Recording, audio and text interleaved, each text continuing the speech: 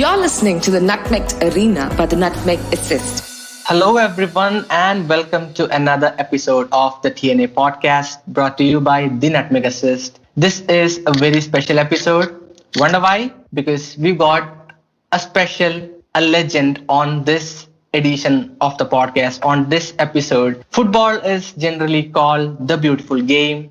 And one of the most heartfelt or one of the most important part of football is the football commentary, because football is not just about fans going onto the stadium.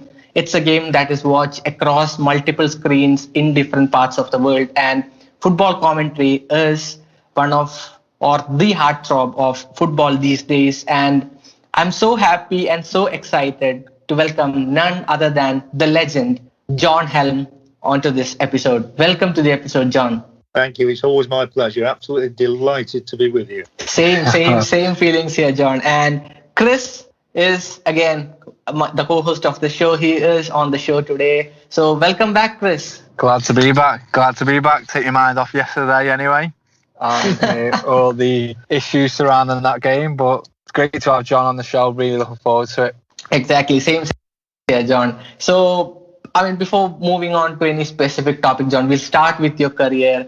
You actually started your career as, I guess, reporting for newspapers, local newspapers, national newspapers, etc. And then went on with BBC. And I think your first big opportunity was the Commonwealth Games, I guess, in 1974 or 76, I guess, was it? Well, that was certainly one of my biggest breaks. I've actually been working since August the 17th, 1959, which makes me very old. I accept that in your eyes, I'm sure. But apparently, even when I was a little lad, I used to dribble a football to school, pretending to be a commentator. And my teacher said he knows what he wants to do. And I've achieved that dream. So from very early on, I knew I was never going to be a great player. I've worn spectacles since the age of 8. So I knew I was never going to be an England centre forward. There was a chance I could have been a decent cricketer, where spectacles are not such a handicap. But I actually began in journalism at the age of 17. And I worked my way up really through 7 years on a weekly newspaper, covering absolutely everything, local council meetings, local court meetings, and a bit of local sport as well. And then I had 4 years on the Yorkshire Post, which is a daily newspaper, working both morning and evening papers, before I joined Radio Leeds. So the big break for me came when the BBC actually approached me in 1970 to become the sports editor of Radio Leeds. And it was during my spell there that I was asked to cover the 1974 Commonwealth Games in Christchurch, New Zealand, which I did. And I was working alongside absolute legends of broadcasting. And I hope the names mean something to you. People like Des Lynam, Peter Jones, Cliff Morgan, absolutely wonderful broadcasters. And I like to think a little bit of their professionalism rubbed off on me. So you're right, that was a huge step in my career. And your journey with football started, I think, with the World Cup, or on the international stage, definitely started with the 1982 World Cup, if I'm not wrong. Well, I always considered that the 82 World Cup was the best. Different people have different views. A lot of English people, of course, loved Italia 90 because we did so well.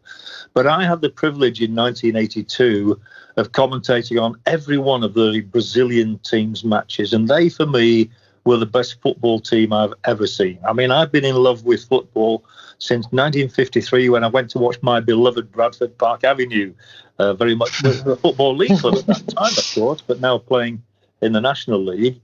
But when I commentated on Brazil, it was like a pinnacle. The names still today, Zico, Socrates, Falcao, Eder, Junior, they just rolled off the tongue, and the goals rolled off their boots as well. And for me to commentate on every one of their games, I could honestly have wept when they lost to Italy. And I don't mean that disrespectfully to anybody of Italian origin. A chap called Paolo Rossi got a hat-trick on the day.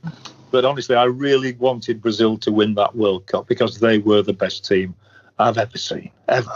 You talked about legendary players like Zico, etc. As a guy born in 1996, I've definitely not witnessed them live on TV or anywhere. Just read about them, and just reading about them gives me goosebumps. So I can understand how you feel when you commentate or when you watch them live. So yeah, that must have been special. Yeah, very much so. And of course, I got to know Zico in later years when he became the manager of FC Goa. Yeah. He was there for 3 years, and he's a charming gentleman. I got to know him very well. Astonishingly, Socrates came over to play at a team in Leeds, which is near where I live in England. And so I covered that story as well. But if you know what I mean, those names, they were just fantastic names. You've used the word goosebumps there, and I got goosebumps watching them and calling the goals. You know, I remember one that Falcao scored. The sun was shining, the Brazilian fans were fantastic. They were noisy. It was a colourful occasion. And just everything about that World Cup for me was about the beauty of the sport that we all love. You and I are talking today, and Chris, we're all talking today because we share the same passion. We love our football. We love sport in general, I'm sure. I mean, I love cricket as well, and I love golf, and I love rugby. We all have that same passion. And when you see it played at its best, as I did with Brazil, well, you feel as though you've reached a pinnacle. You really do. Yeah. Well, one of the things, I'm a big fan of the 1982 World Cup myself, John. I'd love to pick your brains on that in a moment, especially that one, because for me, it always comes across as one of the most nostalgic of the World Cups, maybe just due to the commentary, which is a compliment towards yourself and everyone else. That compliment, maybe it was just the fact that it was in Spain, and the fans and the atmosphere seemed to build that World Cup, but as well, just given the names and maybe possibly the format that the tournament was set up in at that time. But just touching back on your early career, like you've mentioned there, you went through working for, I believe it was local newspapers and national newspapers first of all, before you went through to the BBC and worked on Radio Leeds. Was it always your aim to commentate on major sporting events once you were going through that process, or was that just something that came? Was that more opportunistic? Sorry. Yeah, I think it was the latter, Chris, in many ways. When I was a boy, I used to love listening to the radio, and these names would probably mean nothing to you, but there were commentators like Raymond Glendenning, and they always had really strong voices. Bill McLaren on rugby union as well. And like Dan Maskell and tennis, and Peter Alice in golf. And I just thought that John Arlott was a hero of mine, and I got to produce Test Match Special as well as part of my career. But I knew I always wanted to be involved in journalism, but I don't think I ever dreamt that I would reach the lofty heights of working for the BBC. So when they approached me, I was absolutely gobsmacked, to use an expression that's probably not the best coming out of a journalist's mouth. But I always had that love and passion for words and description. I was good at English at school. It's probably my best subject. And so I did always want to be involved in journalism, but not necessarily broadcasting. And when broadcasting first came along, I made the most stupid comment to the man who signed me up for the BBC, a chap called Phil Sidey. I said, "Why on earth do you want me with a Yorkshire accent?" And he said, "Because you're working for a Yorkshire radio station." You know, that was stupid. And accents are far more acceptable now. I obviously have a northern accent, but accents are far more acceptable than they were for the BBC back in the 1930s, for example, where people tended to speak a very posh voice, you know, a bit like that. And it's not like that anymore. So I always had that dream, yes, throughout those days, of being a top journalist, but not necessarily a top broadcaster. That was the bit that took me by surprise, I think. Although I say myself, I think I did take it to a bit like a Dr. Water, because people said I was a natural sort of communicator, and I was able to portray my enthusiasm, I think, for sport through the words and through the broadcast media, which has stood me in good stead for a long time now. Yeah, and you've mentioned getting that big opportunity at the 1982 World Cup. And for me, I was born just after that, so I didn't get the experience of watching those tournaments live. But as a football fan, I'm always interested and intrigued by the history of the game and what happened sort of prior to my life. And I'm sort of more interested in those events more than the ones that I actually experienced. And the 1982 World Cup, during the pandemic, given the amount of football that you could watch because of the lack of live football, I watched the Germany-France game. Yeah. Was it the other semi-final? Yeah, Schumacher and Battiston. Well, yeah, obviously it always gets referred to because of that one particular incident. But I was just overwhelmed by the actual events of that game. Oh, fantastic. What a fantastic football match it was. Now, you've highlighted the Brazil team there, and it always intrigues me this, because it often gets forgotten about this Brazil team, partially because it didn't actually win the tournament. But given the fact that you've experienced watching them and you were such a fan, would you say it was the greatest team never to win the World Cup? Oh, without question. Absolutely, without question. I think it's the greatest team there's ever been. You could talk about the Hungarian team of the late 1950s who came over to England and beat England 6-3 at Wembley and then beat them 6-1 in Budapest. They were a fantastic team as well. And the Real Madrid that won the first 5 European Cups. I mean, they were a fantastic team as well. Puskás, Di Stefano, Hento. But things move on, don't they? And it's difficult to compare eras. I mean, today you would say that Ronaldo and Messi are the best in the world and would have been at any stage of their careers. It is hard to compare. But for me, that Brazilian team was definitely the one that should have won the World Cup.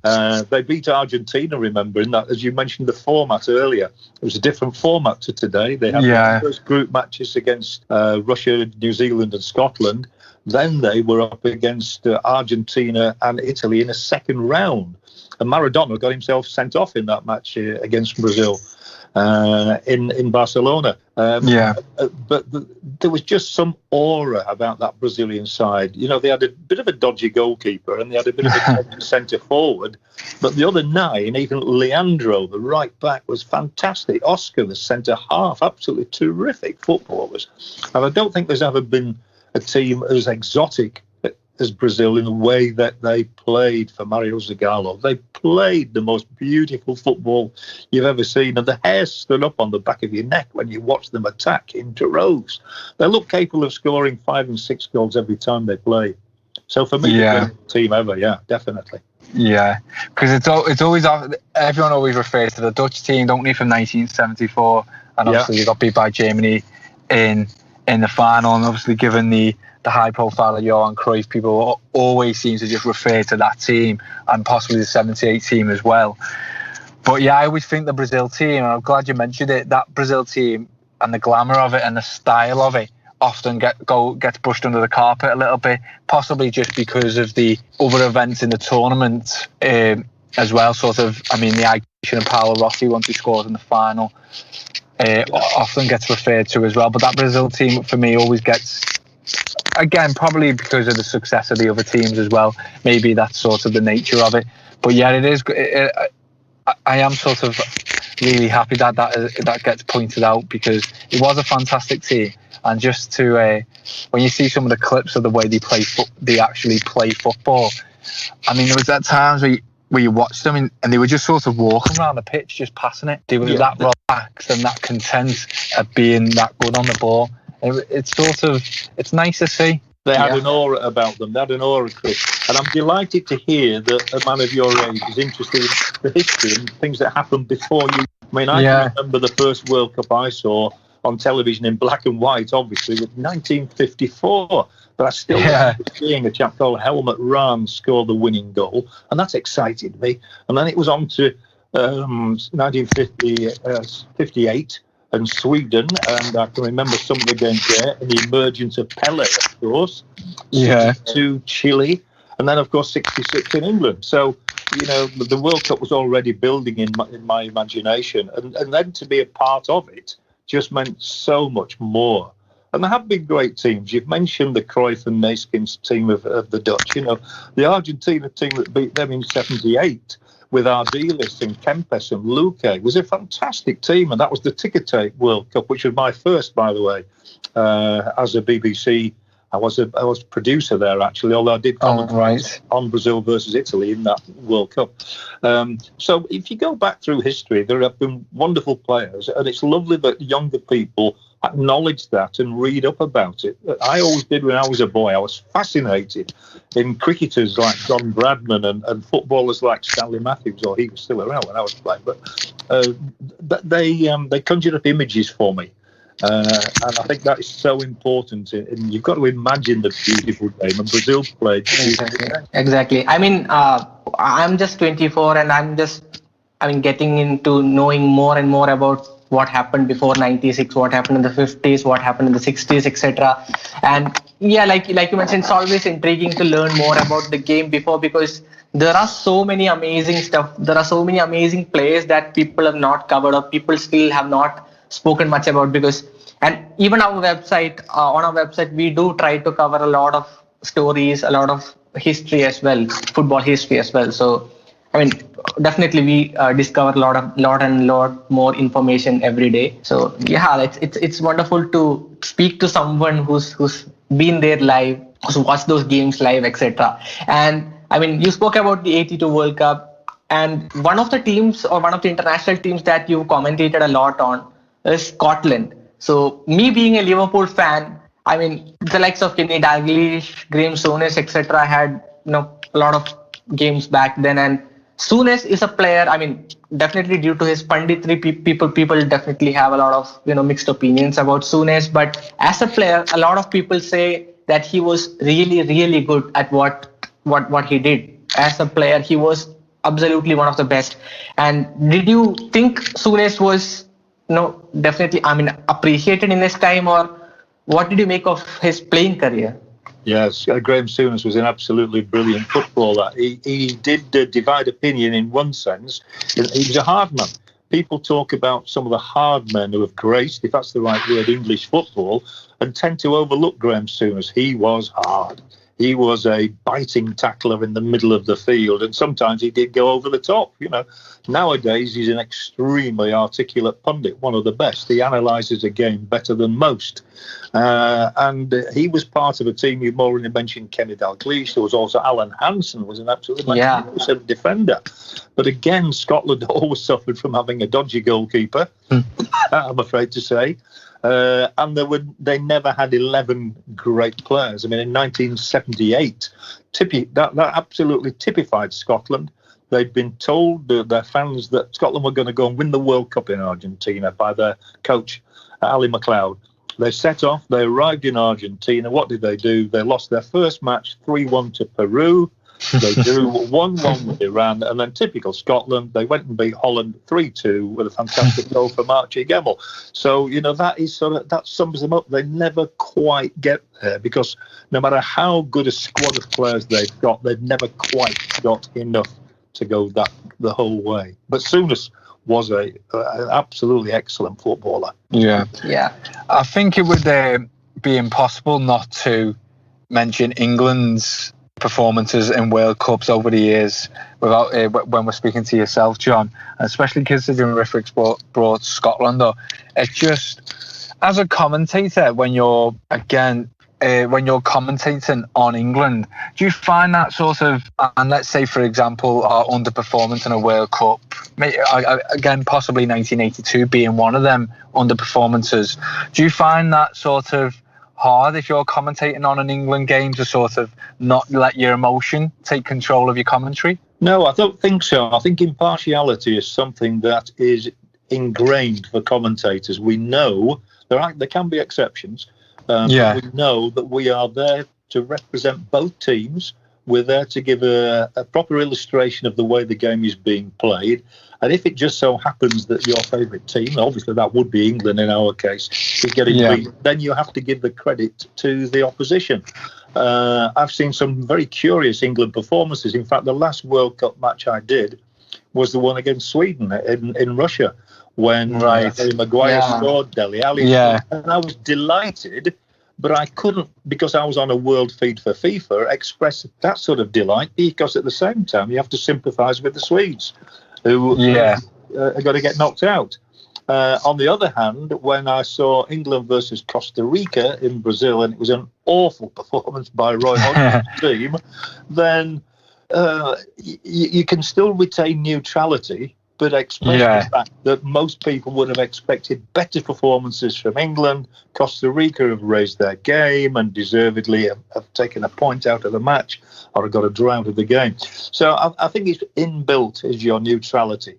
The exceptions can be, if I'd been working for the BBC or for ITV on those occasions and not for FIFA, and you are basically relaying your broadcast to an English audience in England, then obviously I think you can tilt a little bit towards the home, a bit more jingoistic. So that is possible. But come the day that Bradford Park Avenue play in the Premier League, I'm afraid I will be leaping off the gantry with a green and white scarf on my neck. Yeah. Yeah. I did see, by the way, I did the most testing one possibly. Where I live is in Bradford in England. And a few years ago, Bradford City made it into the Premier League.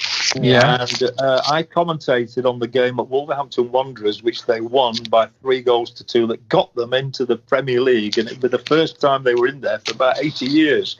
Yeah. And I possibly did go a little bit over the top that day, but felt justifiable because I was a Bradford boy and basically I was commentating for Yorkshire Television.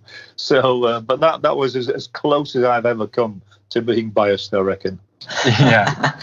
And John, I mean, one question that I want to ask you is, I mean, before you go and call a game or commentate on a game, there is a lot of research to be done on the teams, because when a player is down injured or when there is a stoppage, you have to probably make it more interesting with facts, stats these days, etc. as well. But these days, you definitely have the internet and a lot of information. I mean, there's a bundle of information out there on the internet, and you can just get it just with a Google search all right now. But back in those days, how did you actually get on collecting information? How did the whole research process go through? Well, it's very strange, actually. I say this is a double-edged sword because in those days, I used to have the phone number of every manager in what is now the Premier League, what was Division 1, throughout the Football League. And on a Friday, before a game on a Saturday, say, I the managers of both teams up and they would give me the team for the following day. And they'd tell me who'd been doing well in training and who'd got a slight niggle. And so you got your information through personal contact. Sadly, nowadays, that is absolutely impossible. And the only info you ever get is from at a World Cup, for example, by attending the press conference the day before the game where the manager and one player is brought, and every newspaper prints exactly the same story. So I tend to spend 5 or 6 hours now in my hotel bedroom swatting through all the books that I've got and all the records that I've kept over the years. I've kept every single commentary sheet from every match that I've ever done, and I'm up to about 5,500 now, so that I can relate back to anything that is pertinent. It's got to be pertinent. What is different nowadays, as you've just alluded to there, is that there is so much out there on the internet. So even, for example, 2 or 3 years ago, I was in Nicaragua commentating on the CONCACAF Women's Under-17 qualifiers for the World Cup. I think the match was something like Haiti versus Curacao.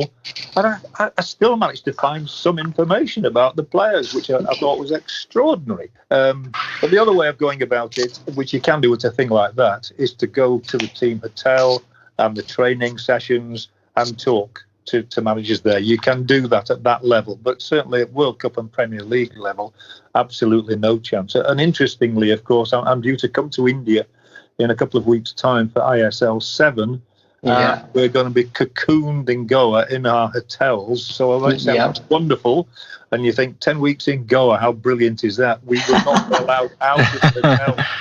We'll not be allowed anywhere near a beach. We'll not be allowed to go and talk to anybody. And that's going to make it very difficult indeed. But better be there than not to be there.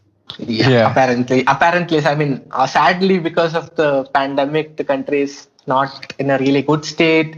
I mean, it's still pretty bad here in terms of the cases, the number of cases. It's always on the rise. But apparently, we would have to abide by the rules and laws because it's all for the safety after all. And I mean, another question is, I mean, this is something which you won't, I mean, this is something which is not really fond, or this is something which is probably a little sad, because you were at the 1985 game, a tragedy, a Bradford game where a tragedy happened at that game where 56, I guess it was 56 people who lost their lives. Yes. So as a commentator for that game, how was the whole feeling? Because it must have been absolutely dreadful seeing all those stuff. It was quite simply the most horrendous day of my life. It should have been a day of celebration. Bradford City had won the league and were being presented with the trophy, which was the only reason we were there to do the game. It was a meaningless game against Lincoln City, who could neither go up nor down. It was a beautiful, lovely sunny day, a good crowd, and nothing could go wrong, you thought. And then a minute or so before the halftime whistle, I was the one who spotted that there appeared to be something glowing in the stand, and I put the lazy talk back down that we have to my director and said, Peter, can you just hone a camera in behind a chap called Stuart McCall, who was taking the throw-in? And there was, my words were, there appears to be a small fire in the stand. Now, this is the most chilling thing. 4.5 minutes later, that entire stand had gone. It was burnt to a shell, and 56 people had lost their lives, and people were scrambling over a wall trying to get away from it onto the pitch, and it was just mayhem, and it was quite horrendous. And my only thoughts as a commentator were to use as fewer words as possible, because often I think that has the most impact anyway. The pictures were so graphic it didn't need too many words, but I realised that I had to keep talking. That obviously the situation was becoming more grave by the second, but even then I had no idea about the enormity of the tragedy. 56 people going to watch a football match on a Saturday afternoon and never going home. So it was a question of trying to keep your composure. I was really grateful for the fact, although I probably didn't realise it at the time, that I'd had all those years of training in local papers, national papers, local radio, national radio, and regional television as well. I was so grateful that I'd had, 27 years of training at that stage, which was a massive bonus for me. But it was a horrendous day, especially as I knew many of the people as well, being a Bradfordian. But, you know, these things happen, and somebody had to be there. It's a bit like the Hindenburg disaster, which you're far too young to remember. And you are just the one who is thrown into that situation, and you just have to cope as best you can. Yeah, absolutely. Yeah, tragic events at that time. And I mean, I don't want to dwell too much on that, John. Obviously, an event very personal to yourself, given the fact that you were from that area or around that area, and the fact that it's, again, you were there commentating on it. So I just want to go back to your career, and it's sort of moving a bit more forward as from the 1980 World Cup and talking about your experiences. You start to get more involved with maybe the domestic game, maybe sort of like later on toward back end of the 80s, early 90s. Can I ask, did you prefer to commentate more on domestic football, or would you prefer international tournaments or international football? Chris, that's a very good question, actually. I would say that some of the football I've enjoyed most of all has been the Champions League, because you are seeing the best of Europe, sort of thing. Yeah. A World Cup. But having said that, there is nothing like knowing your local clubs and going around and meeting the people that you are involved with day by day, and you know the players better, because even in this day and age, you know, I would know the players in an English team far better than I would know the players if I was doing Bulgaria versus Romania. Champions League's a bit different, because when I was doing that for 10 years, we tended to just pick out the best match, and I would go, 2 a week. So I'd go to Real Madrid versus Bayern Munich on a Tuesday, and maybe Juventus against Barcelona on the Wednesday. Well, that's not bad, is it? You know, those are good games to be doing. Yeah, and you know you're worse matches anyway. Ronaldo and Messi and all the great players. But having said that, you have an affinity to your own region, and I've seen so many glorious matches and promote. What is great is when one of your local clubs gets promoted, and you're the commentator at, say, Barnsley. I did Barnsley get promoted into the Premier League, and Bradford. I've been at Doncaster and Scunthorpe and places like that when they've won promotion as well. So that is fantastic. And there was a time where I was regularly doing the best match in the Premier League of the weekend, which might have been Tottenham versus Arsenal. So even though I lived in Bradford, I was driving down to London and doing Tottenham versus Arsenal. And so, I've always loved my domestic football. But if I was pinned down to it, I would have to say that a great World Cup match like Brazil-Italy, or a great Champions League match like Bayern Munich against Real Madrid, is probably, right up there at the top. Yeah. Now, you've mentioned that you've brought the Champions League up, and it often intrigues me as someone in your position who got to see both the European Cup in that format and the Champions League in its current format. And I know the Champions League has had various different formats in terms of multiple group stages, etc. But are you someone that prefers the Champions League as opposed to the old European Cup format? No, to be honest, Chris, I preferred the old European Cup format because I thought it's the best. They are the best team from that country. And to me, it still should be that way. So I know Liverpool are the champions this year, so they are England's representatives for me, and not a team that maybe finished fourth. And when you get to a final and someone like Valencia is in it, maybe, or you think that's a bit strange because Real Madrid and Barcelona both finished above them, or Paris Saint-Germain or whatever. So I still think it should be the number one club from each country. And it can lead to a Red Star Belgrade getting there. Of course, like that. Steaua Bucharest. I did them in the final as well. So there's that hope there for those smaller, dare I say, smaller nations, really. Yeah. I mean, I want to go into 3 specific games, actually, John. But before that, I just want to sneak in a patron question from our patron, Paul Seiner. So he wants to ask you 2 questions. The first one being, which is your favorite match that you commentated on? The favorite game that you commentated on? Well, that's the one I've already mentioned, Brazil against Italy in 1982. There is one other which I was throwing here, by the way, which gives you a little bit of a laugh. And that is I was doing the Under-17 World Cup in Finland a few years ago when Portugal played Cameroon. There is a point to this story. And Portugal only needed a draw to get through to the next stage. Cameroon had to win it. It was 1-0 at half-time with the greatest goal I've ever seen. The goalkeeper from Portugal cleared the ball high. It was dropping inside the centre circle where the guy called Viana saw it dropping and hooked it 50 yards over his shoulder, over the goalkeeper, under the crossbar without looking. It was just the most amazing goal I've ever seen. By 75 minutes, Portugal were leading 5-0. It finished 5-5. Cameroon brought on a substitute and they scored 5 in the last 15 minutes. And if the game had lasted 1 more minute, Cameroon would have won it. What I found out later, didn't know at the time, was the Portuguese boys had been out celebrating the night before, just assuming they were going to win. And the last 15 minutes caught up on them. But that was an amazing game to commentate on. I've never seen a 5-5 apart from that one. I mean, that might have been a wonderful time. I mean, probably we'll have to go back and probably get the highlights of the game and watch that. Yes, you can see it. It's on YouTube, 5-5. And Paul's second question is there any match that you wish that you should have or you could have commentated on?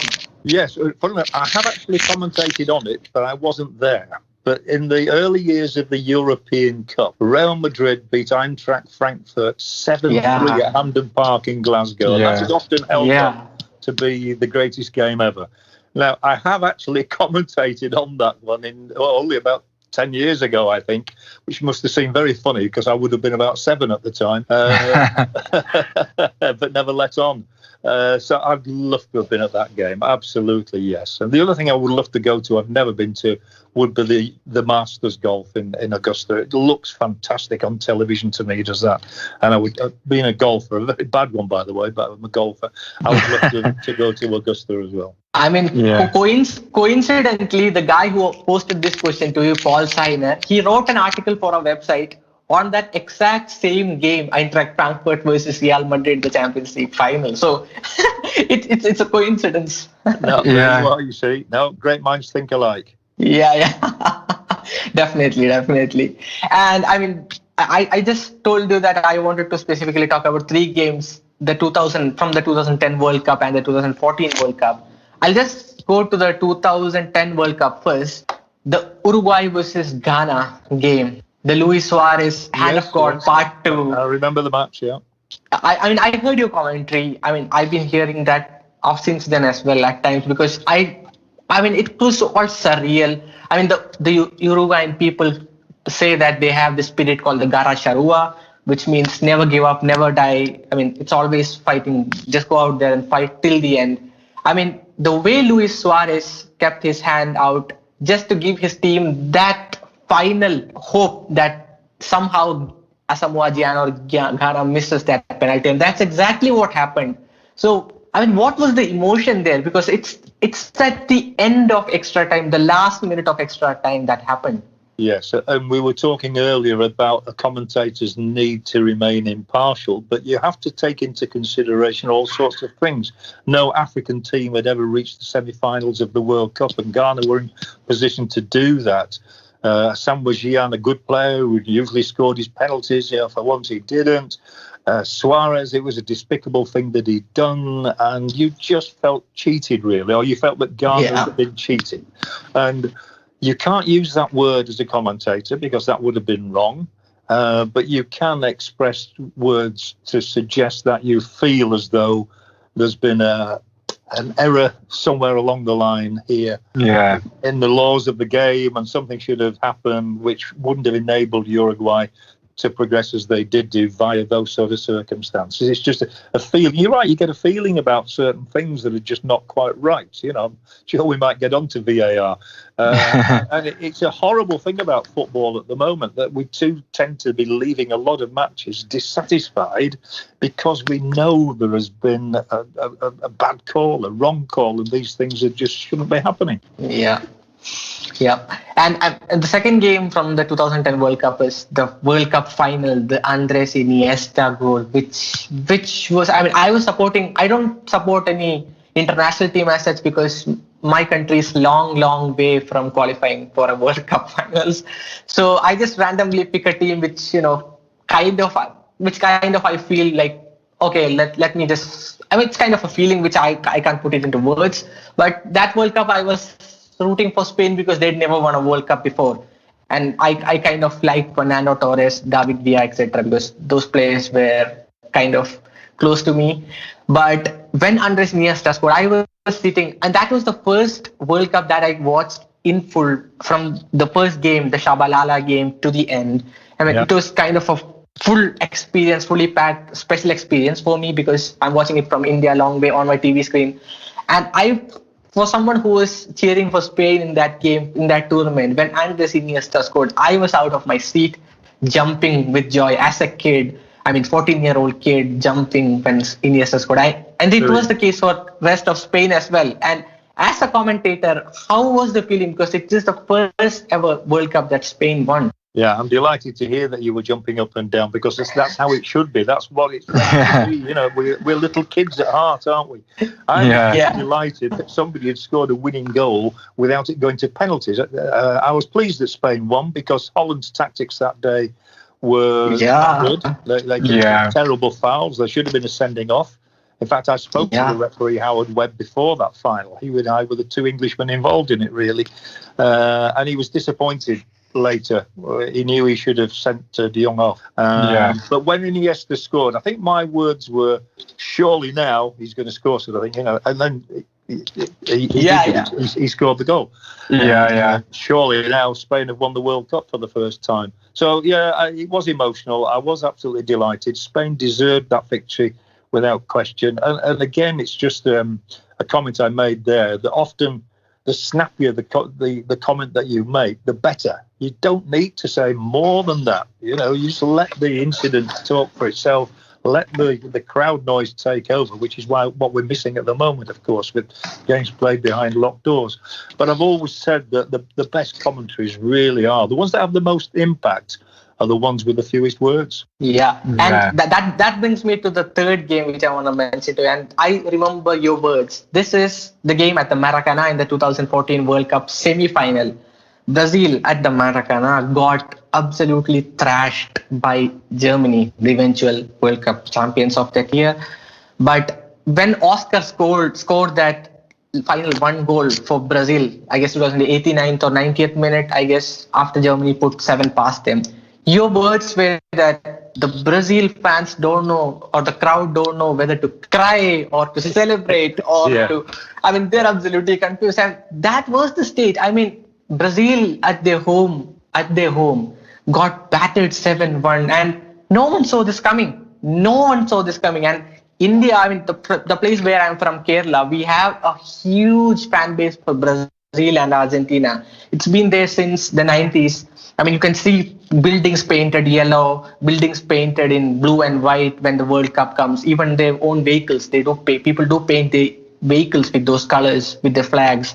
And the craze for the World Cup here is massive. But when Brazil lost, the next day, I couldn't find any Brazilian fans here who were joyful, or none of them could talk because they couldn't believe what they saw.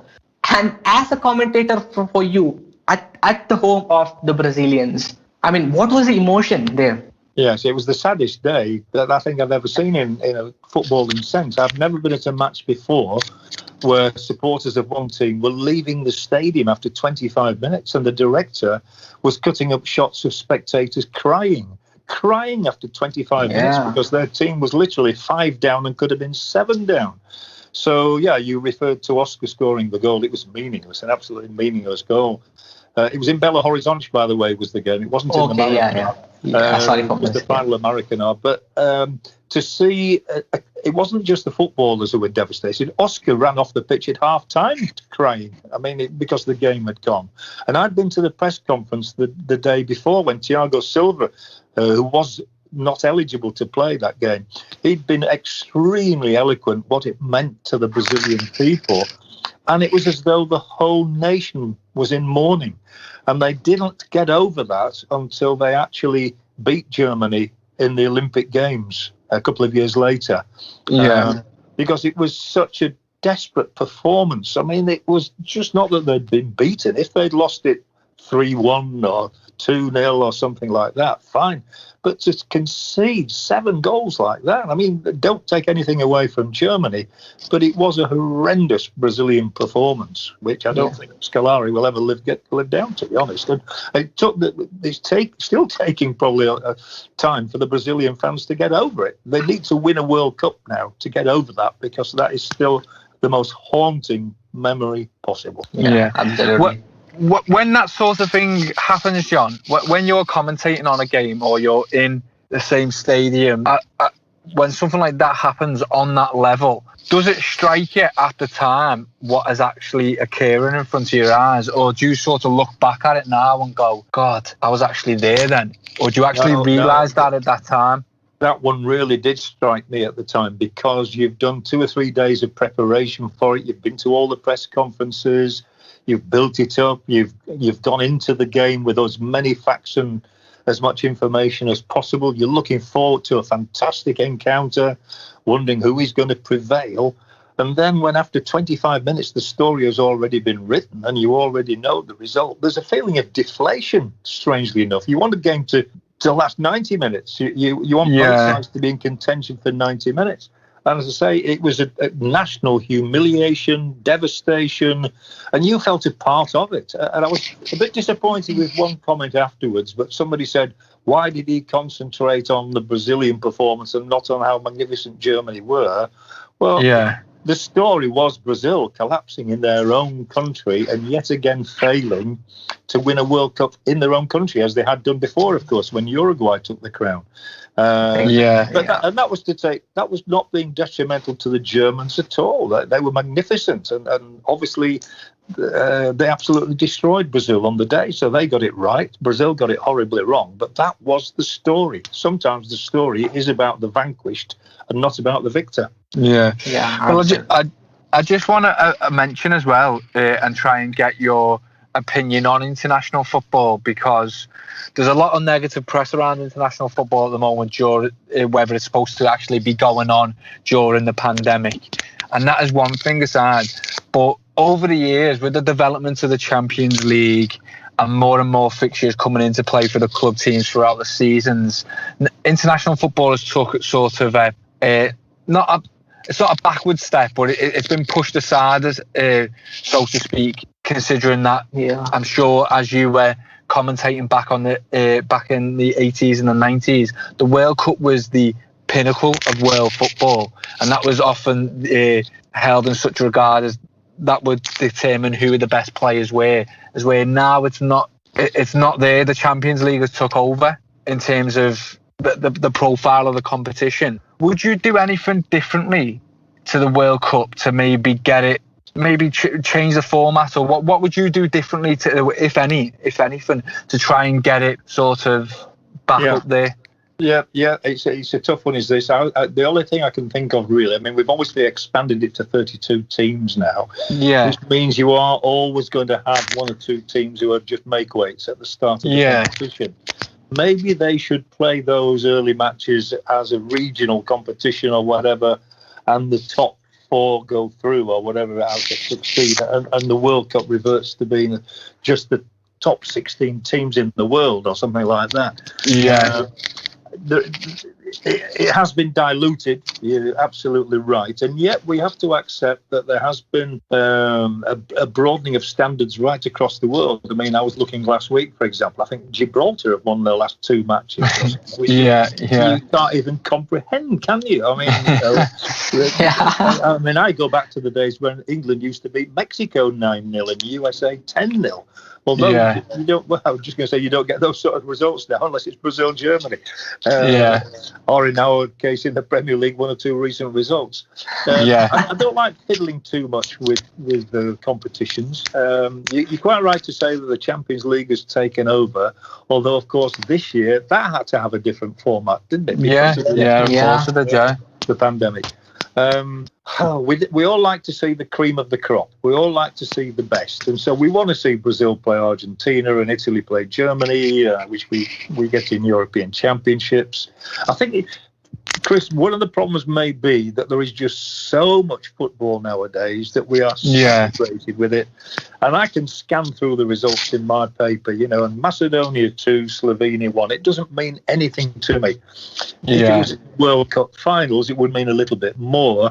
But really, still, we are talking, aren't we, about the great nations, the Spains, the Argentinas, the Brazils. If we're being absolutely honest, those are the ones we want. And so maybe they should reduce the numbers of teams that actually play in the finals itself. So it is the cream of the crop. And that would have a bit of gloss to it. Well, I always, again, this is personal preference for me. I always preferred the European Championship just because, I know that's gone through various formats. It started off, I think it was it 4 teams, 8 teams, and then 16, and now it's gone up to 24. Sure. But I always thought once they got the 16 teams, I think was Euro 96 was the first time they done that, and it become great then because you always had that one group of death. You always had one group where there was 3 teams in there, maybe 3 of the favourites, or at least 3 of the possible 5 best teams in that one group. So I always thought straight away from the off, you always had, it was just competition was there straight away. Now I was quite shocked when I was reading, I think it was last year, that they were trying to expand the World Cup. They were trying to make it 48 teams. I thought, don't get me wrong, I know there's a necessity to make sure that the whole world is involved. But at what point do you sort of draw the line and say the competition is going to fail massively if you make this bigger than what it is? Yeah, because we have to bear in mind, nobody from Asia ever wins it. Nobody from Africa ever wins it. It's Europe and South America, basically, isn't it? Of course it is. And like I said, I think the interest in it at the moment, not in regards to the World Cup, because I think everyone around the world will tune in for the World Cup, but the interest in international football is sort of decreasing, so to speak, because of the popularity of the other tournaments. And that's football. Football evolves like that. There's nothing that they can do about that. But I just think I was just intrigued to know someone else's opinion on it, and it's great to hear that from you to say. Chris, I would also say that you could still involve all these other nations, as they do, in under 20s, under 23s, under 17s, the women's, because they often are won by what we would consider lesser nations. I did the one where Serbia won it in New Zealand a couple of years ago. Where was I last year? And there was a surprise winner. I was in Poland. There's a surprise winner of the tournament there. It was Croatia. I think it was Croatia. But so there is still the opportunity there for these emerging countries to compete in international football. But then when it gets to the World Cup, that really should be the best of the best. Yeah. Exactly. And I mean, John, I just want to pull in Indian football here for a second. as well. Even in the Asian qualifiers, I mean, you talked about World Cups or the big competition having less teams so that the competition is intact or the level of competition is intact. And I think that also translates to the rest of the pyramid or the rest of the ladder as well, because if you have less number of spots to occupy, the qualifiers get even more interesting and the teams compete even better, I would probably say. But for teams like India, etc., who are still, I would say, a long way off a tournament like the World Cup, do you not think that a larger tournament, maybe the Euros, the Asian Cup, etc., can be a little bit more bigger in terms of the number of teams that participate? I loved doing the Asian Cup 2 years ago when I commentated on India beating Thailand in the very first game. 4-1, they played fantastically. They also played well against UAE. They only lost 2-0 and they were unlucky. One of those goals came in the last minute, I think. And then in the third game, again, they played really well.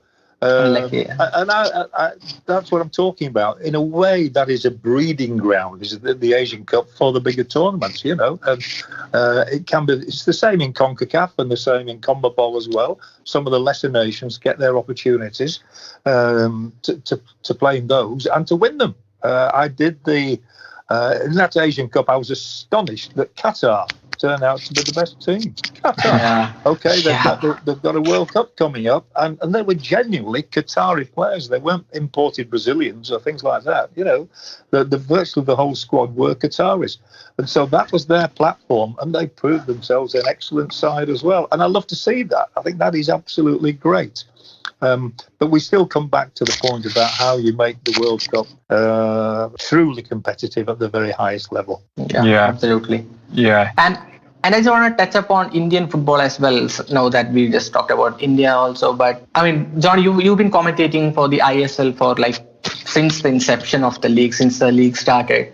And initially, I mean, you would also agree that the number of Indian players or the number of Indian youngsters who would actually shine a lot, the numbers were less. The number of Indian players who actually shone were less. But as the season start progressing, as the years progress, we've seen a large number of Indian players getting up there, competing with the foreign nationals. And I think initially the plan was to bring in marquee players who would actually set a standard for the league globally. But right now, if you look at the ISL, you don't have a lot of marquee players like you had initially. You had people like Dimitar Berbatov coming, Luis Garcia coming in. But now you have Indian players who are also stealing the limelight. People like Brandon Fernandes and Sahal Abdul Samad from Kerala Blasters, obviously. So you have people like that standing out. And do you see, I mean, obviously we've seen Mohan Bagan and ATK getting a merger. East Bengal, an Indian club who has a huge history, one of the oldest clubs. They've also now joined the ISL. So do you see ISL having a brighter future, and do you think this might actually help the Indian youngsters or the Indian national team develop even further? Yeah, absolutely. I mean, that was the intention before ISL 1 even. And then the organisers knew what they were doing. They brought in the Alessandro Del Pieros and the Ilanos and the David Trezeguets and the Nicholas Anelkas as a marketing tool in many ways. And some of them paid off. Ilano was fantastic at Chennai alongside Steven Mendoza, for example. There were other good players as well. In Northeast had the Spanish World Cup winner, Capdevila. He was excellent with the younger players there. One or two others didn't make as big an impact. And so they gradually realised that they could bring in lesser names, shall we say, but still very, very good players from European countries and other countries, not just European, Australia, places like that. And I thought last year that the balance was excellent, really, because they'd got people like David Williams having come in from Australia, who was excellent. Roy Krishna had a fantastic season as well. Cavallaro. And then at the same time, you got Anirudh Thapa improving immensely. Brandon Fernandes, you mentioned just a couple there. A lot of the right backs, because they tend to use Indian players in the right fullback position. Some of them were excellent, and they have got better. And the most pertinent comment I always make when I'm asked this is, to go back to the first year, and I remember Ishfaq Ahmed from Kerala telling me that one of the big problems was that the Indian nature is not subservient, that's a wrong word, but they were cautious and very nervous around the star names. They were frightened of them almost. They showed them too much respect.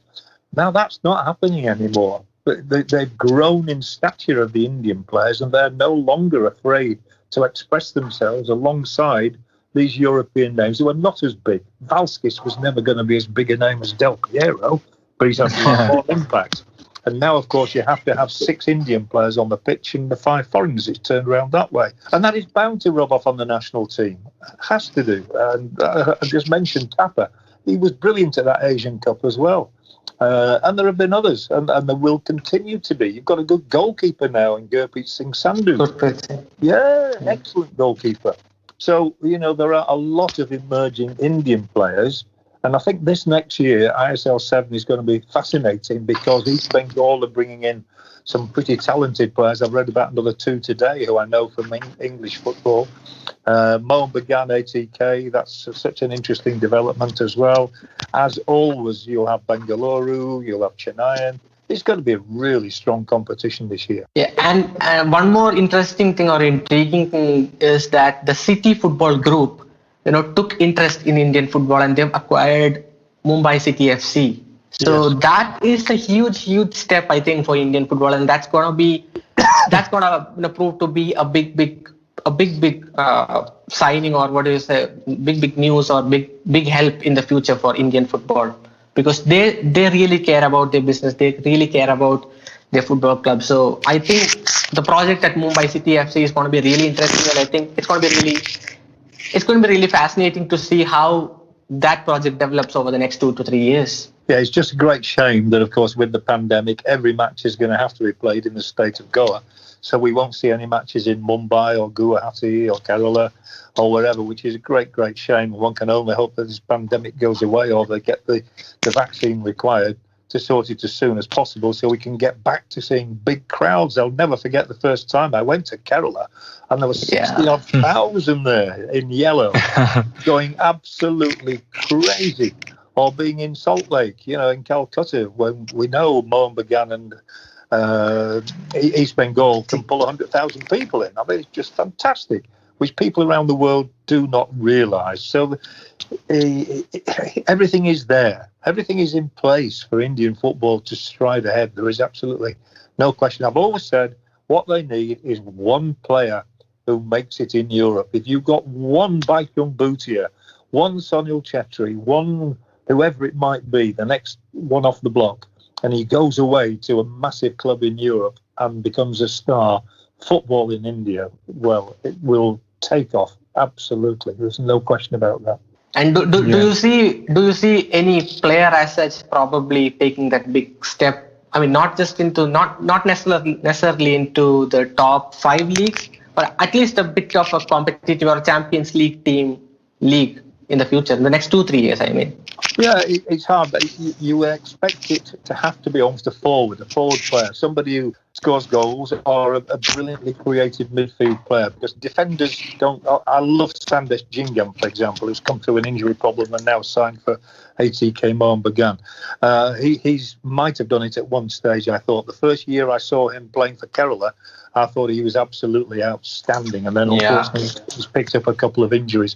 Anirudh Thapar is the one that interests me, because I really do think that he has got colossal potential, but he's not a goal scorer. I've seen him score goals, obviously he's got a couple, but if they can just find... There was one young striker who impressed me towards the end of last year. He'd gone from Goa, I can't remember the name off the top of my head, he'd gone from Goa on loan to another club, and he looked quick and pacey, and he wanted to do it. I can't remember the name, but I thought he had potential. So they are emerging all the time. I'm keeping track now of all the new signings for the new season, and it's encouraging that so many good young players are coming through. And one of them might just be what might even be this season that one of them really catches the eye of a top European scout. Yeah, that's great to hear. And well, hopefully, maybe India qualifying for a World Cup one day in the future. No, it would be great for the country, wouldn't it? I think that's how Definitely.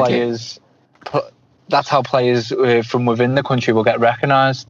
And like you said, like John mentioned there, for a player to get scouted by a European a club, and I think you'd probably agree, John, as well. Preferably, it would need to be one of the major leagues as well within Europe. Oh, absolutely, yeah. By the way, you just put a big smile on the face there. Every Indian smiles as soon as you mention India getting into the World Cup, Chris, I'll tell you. Yeah. But yes, it would have to be either the Premier League, La Liga, Bundesliga, or Eredivisie.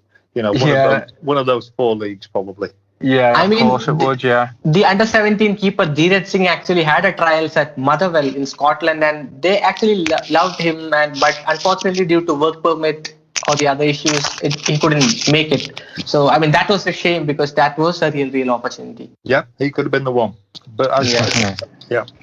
Right, well, just moving on now to our last topic within the show, John, and which is very much present day football and the enigma that is VAR. Now, again, me and Rithwick have talked about VAR on our previous shows. A lot of previous shows. Yeah, due to its impact within the modern game. And one of the things that I mentioned about it was that I compare VAR to Brexit. Just because it's Hang on, wake me up in 10 minutes. Yeah, exactly. Yeah, someone has thought of a catchy slogan. They've ran with it, and then they've got absolutely no idea how to apply it. No. Yeah, right. And again, whether you're pro Brexit or against Brexit, or whether you're pro VAR or against it, I think we've all got to say that it's not being applied properly and they haven't thought it through. So again, I'm not going to rile Rithwick up and talk about yesterday's VAR incidents. No, but just I'm still annoyed actually. As a whole, what is your general consensus with it? And first of all, are you for it? And second of all, what would you do to change it to make it work? I'd scrap it. How honest is that? Honestly, I don't know a fan who enjoys it, who likes it. I don't know a manager who really wants to embrace it. I don't know a player who enjoys it. And I just think that when people say, well, we've got to live with it now, my word would be, why? It's been experimented with. I did some of the very early matches of VAR in the Club World Cup played down in Japan. And to be fair, there it worked pretty well. There were only a couple of incidents in 10 matches, and the stress was that it was only for a game-changing situation that VAR would be operable. Now, what is happening now is that we're getting goals ruled out because somebody's big toe is offside. Yeah. We're getting into a situation where the most important man in the match is sitting in a cubicle somewhere in London, and he's deciding whether it's a goal, whether it's offside. Not the referee. The referees are happy to pass it on, and they're almost afraid to make decisions. Yeah, and that, to me, that can't be right. It's got to be the official. And the biggest thing for me is that it is taking the passion out of things. You see somebody score a goal and they don't know whether to celebrate or not nowadays. This is all part of the game. I've always thought it was crazy that a player gets booked for whipping his shirt off and wafting it around his head. What's wrong with that? Yeah, the emotion of the day. And I saw a goal ruled out last year in the under-17 World Cup in Brazil, and I could have cried for the lad who scored it. He was a Canadian player. He'd come close to scoring 2 or 3 times. He played a 1-2 with somebody. Brilliant passing move and clipped the ball over the keeper. Goal. And 4.5 minutes later, they decided that somebody else, his big toe, had crept over the halfway line at the start of the move when he was 40 yards away from the play. And they ruled the goal out. This lad had a goal in a World Cup to his name, and it was taken away from him. And that's what I feel. It's just taking away a lot of the beauty of the game. And we love to go away arguing on a Saturday night about some decisions anyway. Yeah, of course, And then when we see, Chris, that the VAR in London has ruled it out, and we still look at the pictures and still can't see somebody offside, And you were alluding to yesterday's game, and most people would have said Jordan Pickford should have been sent off, and yet, so VAR isn't really doing what it was intended to do. 99 out of 100 would have said he should have gone. But so it's not doing what it's intending to do. So for me, it's creating more arguments than it's settling them, which is what it was supposed to do. I mean, for me, looking at the game yesterday, I was more, I was quite relieved, but I would, as a Liverpool fan, I would have been more incensed with the goal that got disallowed. I mean, you see tackles. Listen, that's not me. Jordan Pickford's tackle was a bad tackle. It was clumsy. It was reckless. And any player that does that deserves to be sent off. But you see mistimed tackles all the time in respect of, you just see mistimed tackles all the time. That sometimes people get yellows when they should get reds, or sometimes they don't get any card at all. I mean, that's part of the game, so to speak. I'm not trying to make excuses, but the goal itself that was disallowed, for the way it was disallowed, to give offside in that scenario, for me, again, you've mentioned it there, John. I'm a season ticket holder at Goodison, obviously before the pandemic, and I've been there when Everton have scored a last minute last year against Manchester United, and I didn't celebrate because I thought no matter what happens, VAR are going to look at this goal, so I'm not celebrating. Exactly. And it takes 4 minutes maybe as well. Which is and I've been there even not for the last minute goals, but when they've took in the Tottenham game when they were reviewing a penalty decision, and no one knew what penalty the decision that they were reviewing, and I think they took 6 minutes. And at one point I was thinking, well, it's Sunday and I have to go home. Do you know what I mean? I do have to go home today. It's like you're getting to the point where I was telling my wife, listen, it's a 2-hour game, but give me an extra hour on top for VAR decisions. Yeah. And Chris, we shouldn't get confused with goal line technology, because that is a fantastic thing. Yeah. And made a big mistake in the Aston Villa Sheffield United game, but that's one mistake in probably 1,000 matches. VAR, we can all now relate to 20 bad errors that have been made because of VAR. Yeah. Oh, go on. Sorry, Rafik. Let me ask one of this question, just because John touched on the other tournaments where he's seen it apply. Do you see the difference between how they use it abroad or in other tournaments, John, compared to the way the Premier League? Well, there's certainly been more use of the monitor by the referees in the tournament that I've got. So a message has come into his earpiece to say, go and have a look at your monitor. He's gone and looked at the monitor. Everybody can see him doing that. And that's better because, he's giving himself another opportunity to think about the decision he's made. And sometimes they stand by it and sometimes they don't. No, I think that's fair. I think that's okay. Yeah. But when the referee just gets the message in his ear from somebody in London to say, send him off, to me, that is not the right way of doing it at all. So they do it better. They did it, to be fair, at the World Cup. There weren't too many contentious issues. But the way we've applied it, I think, in the English Premier League has been all wrong. Hence, Klopp's been completely berserk today. Yeah. I mean, you touched on the goal line technology there. I mean, actually, in my final year of graduation, I'm actually a computer science graduate. So I'm a big football fan, obviously now. And I actually took the goal line technology as the topic for my final presentation or seminar. So I did a detailed technical study on how it works and stuff like that. And it's completely technology. It's completely cameras. It's completely computer vision. It's completely machine learning and stuff like that. It's completely computer vision to be precise, mathematics and stuff. So you don't have a human element to it apart from installing these cameras in the first place. So as far as the human element is concerned, you just get a message directly. If you're a referee, you just get a message to see if it's a goal or not. So it's all machine specific. But when it comes to VAR, it's up to the human. So the human error element, I think it still stands there. And I mean, yesterday when Jordan Henderson scored, I was actually celebrating like anything because it was a 90-plus minute goal. I was shaking my head. I mean, actually, I was in a virtual screening. We don't have a live screening here because of the pandemic. So I was also in a virtual screening. We were celebrating like anything. And a minute later, they were actually comparing Sadio Mane's sleeve to the offside lines. They were drawing those lines and stuff, and we still thought that it was onside. So when when the screen said that it was offside, we were completely silent and furious with the decision. I mean, Chris might be enjoying this as an Evertonian, but I mean, no, it's I don't enjoy it, if it just because, like I said, unfortunately, everyone has been a victim of this now, haven't they? In some way, in some regard or another.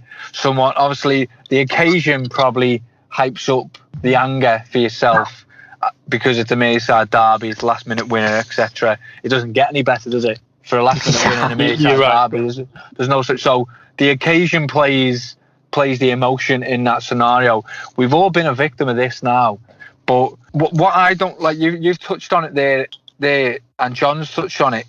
What I don't like is the fact that the way referee last season specifically, it's getting relied on as opposed to being referred to. Yeah.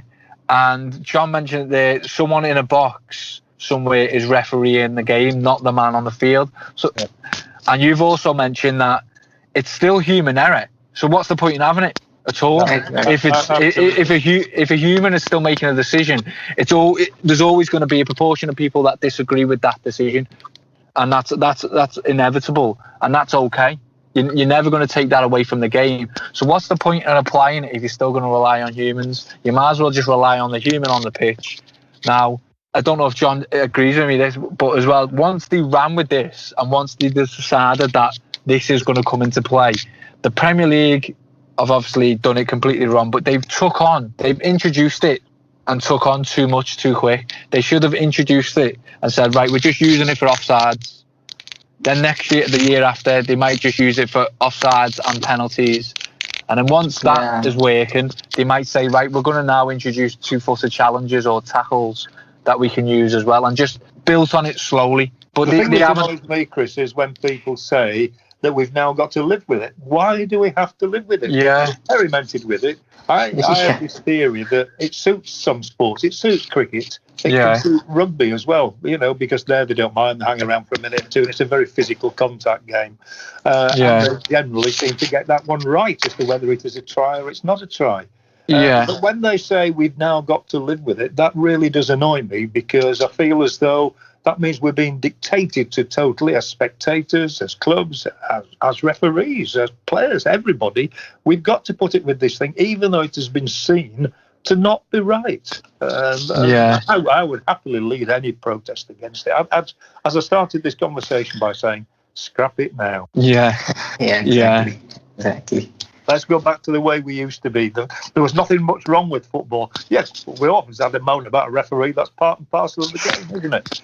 But when you've given something a good go, and we have done that at World Cup now, throughout Premier League and all the other leagues in Europe as well, and they're yet week in and week out, the headlines in the newspapers are all about VAR. That's not what we're supposed to be celebrating. We're supposed to be celebrating great goals and great matches.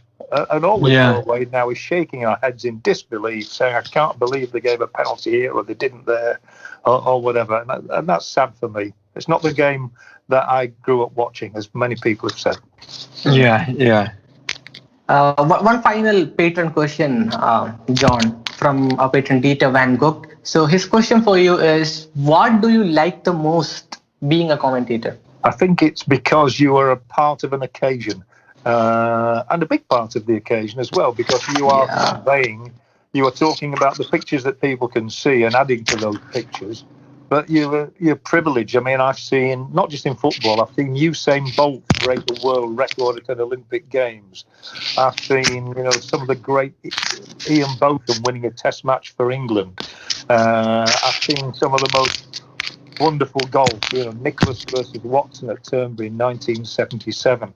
And to have the opportunity to be the voice behind the microphone that is describing this to the rest of the world is an utter privilege. And as I said, growing up, I think that there must have been a latent talent there. Somebody must have been egging me on and saying, this is what you want to do with the rest of your life. I certainly didn't ever want to be an accountant or an architect or anything like that. And so to to have been to 10 World Cups, to have been to 4 or 5 Olympic Games, Commonwealth Games, Asian Cup is just fantastic. Travel the world and watch sport, I think so. I think I'd vote for that any time at all. And as I said, to answer your question, it is such a privilege to be the man at the microphone watching the best competing at the best levels. I mean, your signature or signature of a football commentator is his voice or his or her voice.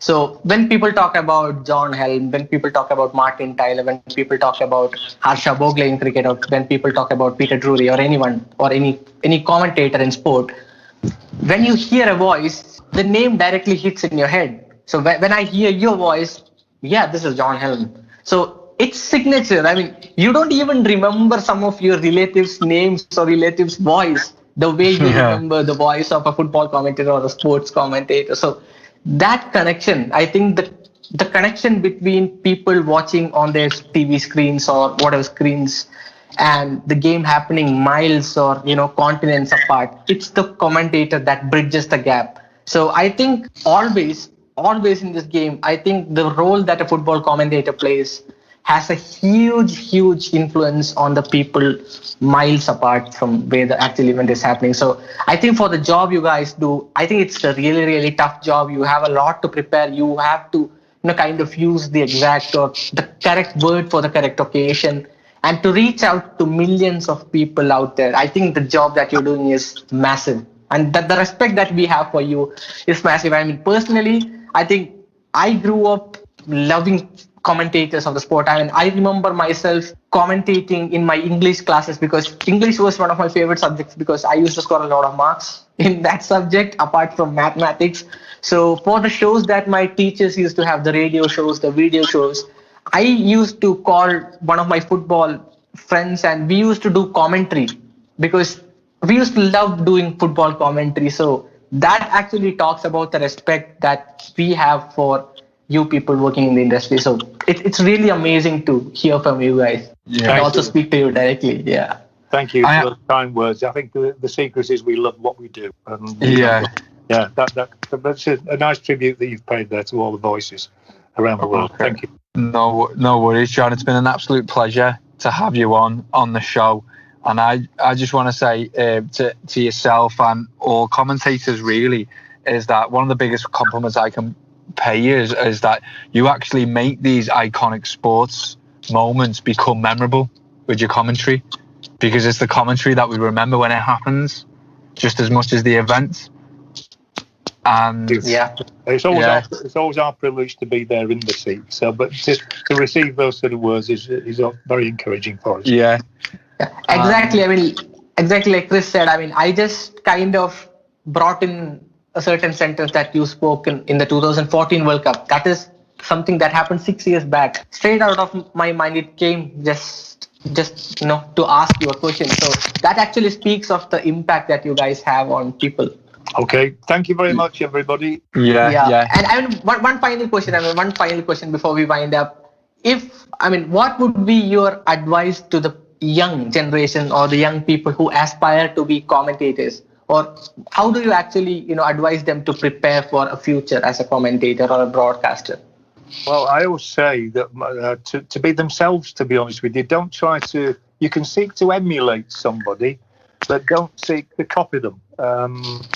You should have your own heroes, and so you should prepare for every match the same as well. You should realise that whether you're doing Kerala versus Goa, or Manchester United versus Liverpool, or Brazil versus Germany, the match is of equal importance to somebody. Yeah. Somebody supports every single one of those teams. From a perspective of the commentator, the journalist, the broadcaster, they must never skimp on the preparation, because if you do, you'll get found out. We wouldn't be doing the job unless we loved it. But everybody is different. Rithwik, you're a different personality to Chris. Chris is a different personality to me. And eventually your own personality should shine through your words, should shine through your voice, but never try to be anybody else. As I say, seek to emulate, but not to copy anybody else, really. Yeah, that's some really good advice, actually, John. Glad to hear that. And yes, that brings us to the end of this episode. Thank you so much, John, for being a part of this episode. I mean, it's been a privilege speaking to someone like you. It's not usual that we get to talk to people like you always. So it's been a pleasure. Thank you so much for coming on to this episode. Thank you so much, John, and hopefully we can have you on again one day, and we can speak more about your fantastic experiences within the game and within sport. Yeah, always my pleasure, Cliff. Thank you very much. Okay, thank you so much.